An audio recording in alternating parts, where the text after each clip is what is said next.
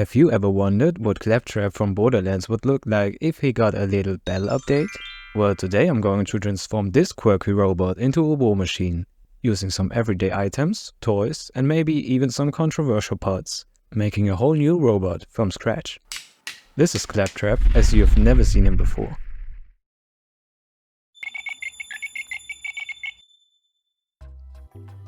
Hello everyone, and welcome back to Arvania Constructions.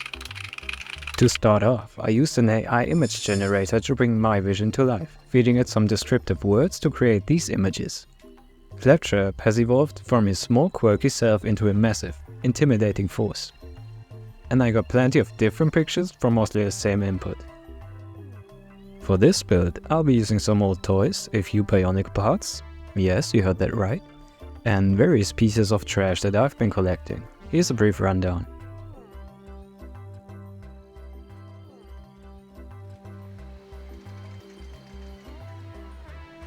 First, I'm going to tear down this quad. This piece makes a great base for a future project, but I'll be using this upper part to create a sturdy foundation. You know, I'm all about robots, and with the Borderlands movie hitting the screens in August, I couldn't resist the challenge to bring one of its most iconic characters to life. And because I don't just want to copy things, but also add my own touch, today I'm going to turn Claptrap into a massive robot that can no longer be underestimated. After removing the unusable parts of the cover with the Dremel, I sand the edges smooth. The parts that have been separated are then simply attached to the back, so that shoulders at the beginning of a back are created. As you may have witnessed, I'm going to be using toys, trash, and even, brace yourself, bionicle parts. Some people here will not like that at all, but I'll do it anyway, because some of them look interesting.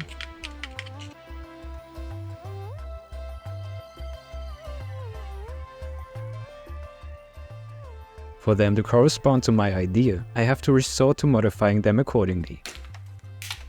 Since I talked about using toys, look at this guy. This was only €6, but that is because it's cheaply made. Still, it can serve as a great kitbashing piece. I'm taking him apart gently.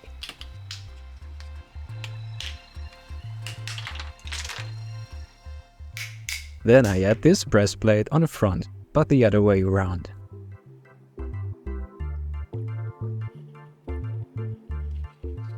After that, I fill up the back with some other parts. To ensure everything stays in place, I'll be using super glue and baking powder, just as always. This combination creates a strong bond, which is perfect for projects like this. Next, I'm attaching the rings from the super glue packaging to create some more interesting details on various pieces. I snip off the parts I don't need and get some more trash to add to the shoulders.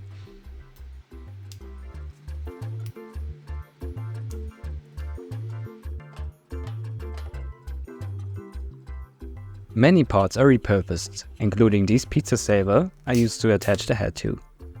The head itself is from an old spray bottle for cleaning bathrooms.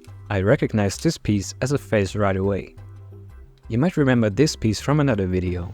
Now it's used to create the back of the head. For making the feet, I make use of these IKEA tools. I suppose they are made to hold nails in place, for when you add the back to a wardrobe. These parts are sturdy and will give the robot a solid base to stand on. I'll take two of them and attach them to each other. Using more bionicle parts, I'll be constructing the legs.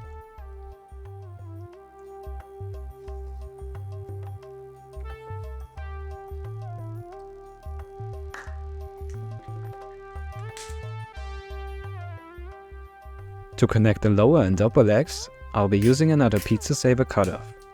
This will help provide a strong connection point.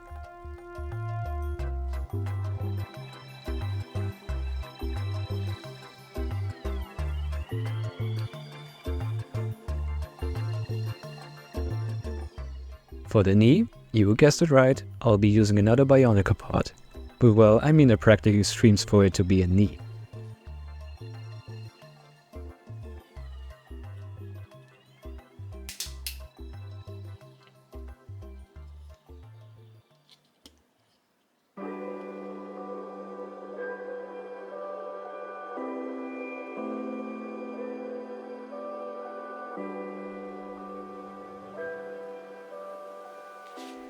Now, I got out a milliput and mix it fairly well to fill the open back of the leg.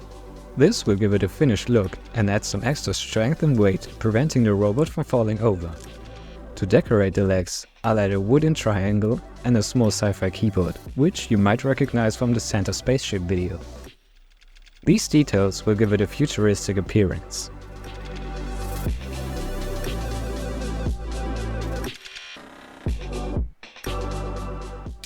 I also add some presumably nerve parts to each side of the body. These parts have a very interesting pattern. For the arms, I just used the ones from the toy robot. These will then be filled with some hot glue and covered up with these yellow parts again.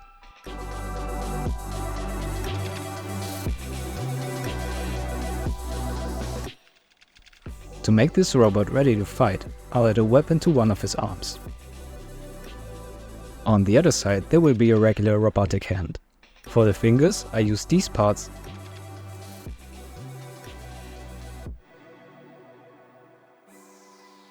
And once the fingers are all done, they get mounted to the robot's head, which will serve as the hand.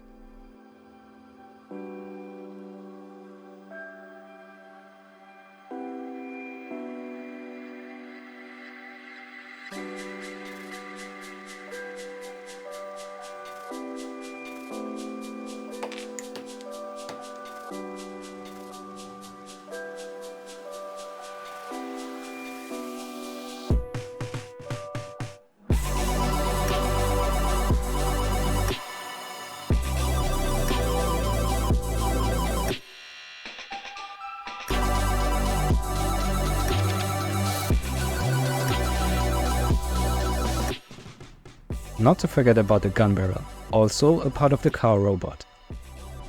With the main structure complete, it is time for the details. To add some more details to the body, such as rivets or screws, I'll be using these small beads and half spheres.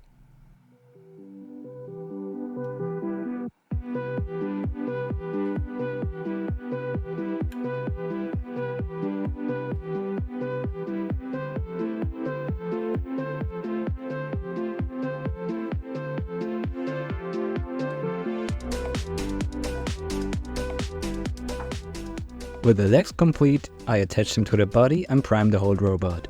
This will prepare it for painting.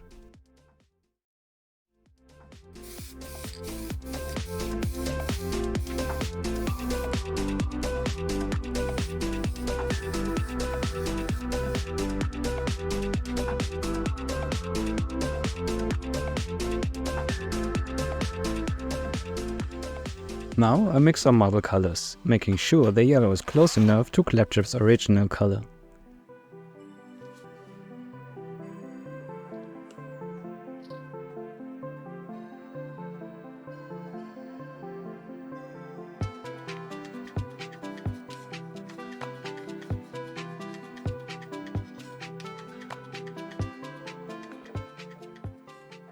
I start by painting the yellow parts, but this will take a couple of layers.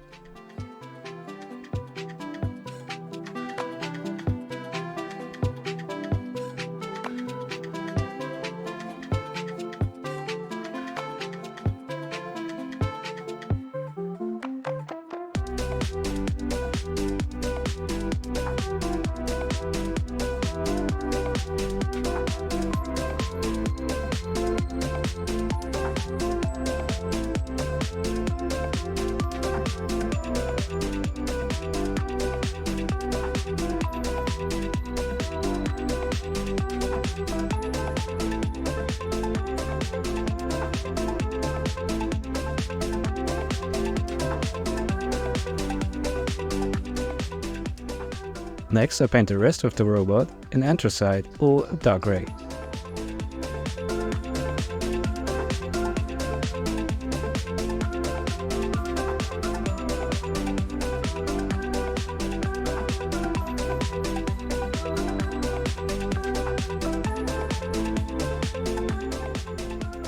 Since I can't manage to paint the inside by hand, I'll switch to using an airbrush. This will give a smooth and even coat. Lessons learned, next time I'll prime with anthracite to make painting easier.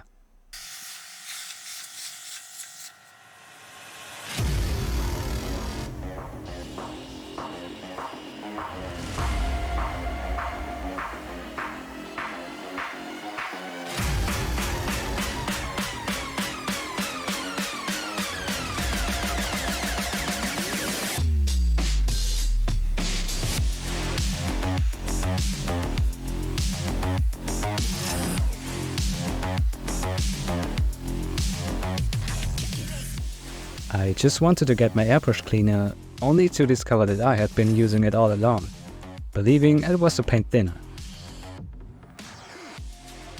Anyway, back to painting the rest of the robot.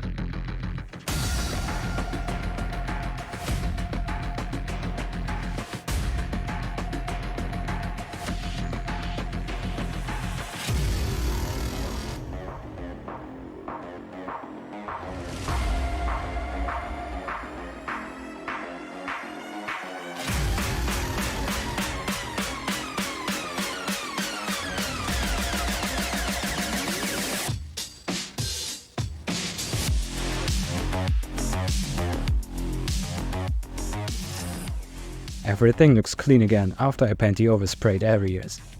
For some contrast, I paint some parts a dark silver. The eye and the diamond-shaped area on the press plate are painted blue to maintain the original essence.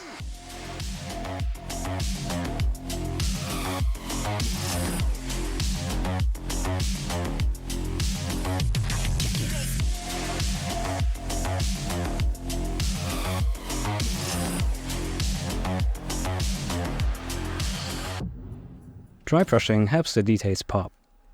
Brushing around the edges creates some cool edge highlights.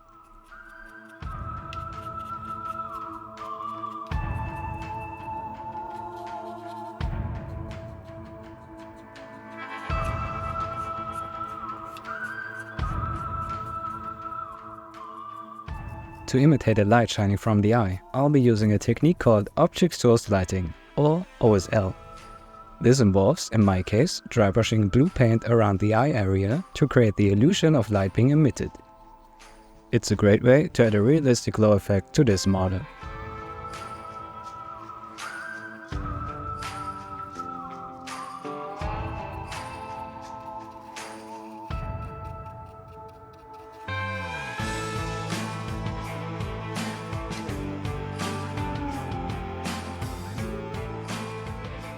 After the screws are painted, it is time to add the cables. Here I have a comp set with a nice variety of different sizes, but they're pretty cheap and flimsy and will probably break while combing your hair. Still, they will work perfectly for the next step. In this step I am mixing the two-part epoxy putty, from which the cables are then modeled. I create a worm of clay and then roll the comb over it, allowing the teeth to make several indentations along the roll.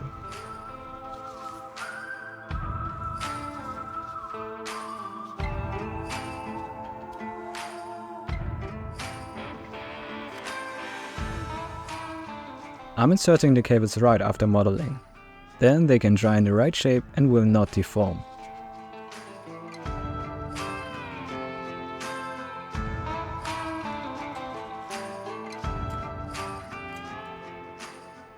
I am also rolling a very thin black wire to create even more cables. For this, I just use a spool. This will look like a telephone cable or a spring. This then gets added to the backside of the leg.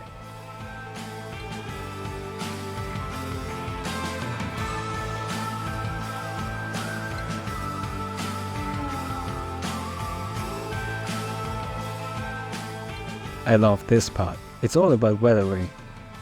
To give this robot a weathered look, I apply rust wash around the screws and on some spots of the body.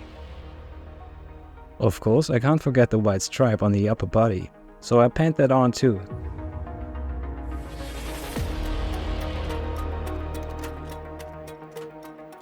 Using a sponge, I'll dab on some metal paint to imitate chipping and wear.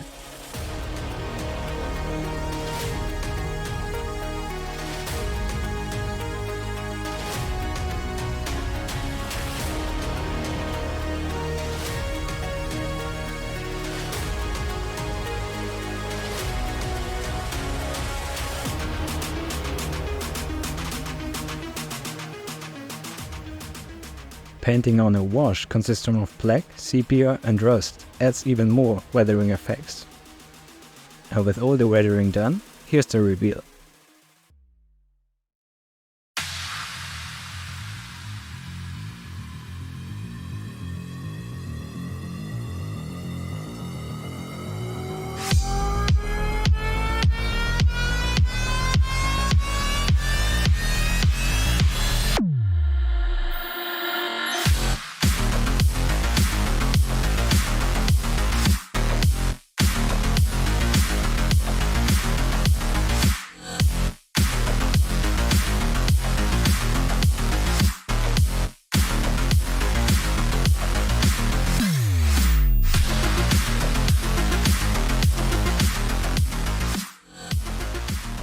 I hope you enjoyed this build as much as I did. What do you think about this build? If you enjoyed this video, don't forget to give it a thumbs up and subscribe for more crafting adventures. As always, thanks for watching, and until next time, see you soon!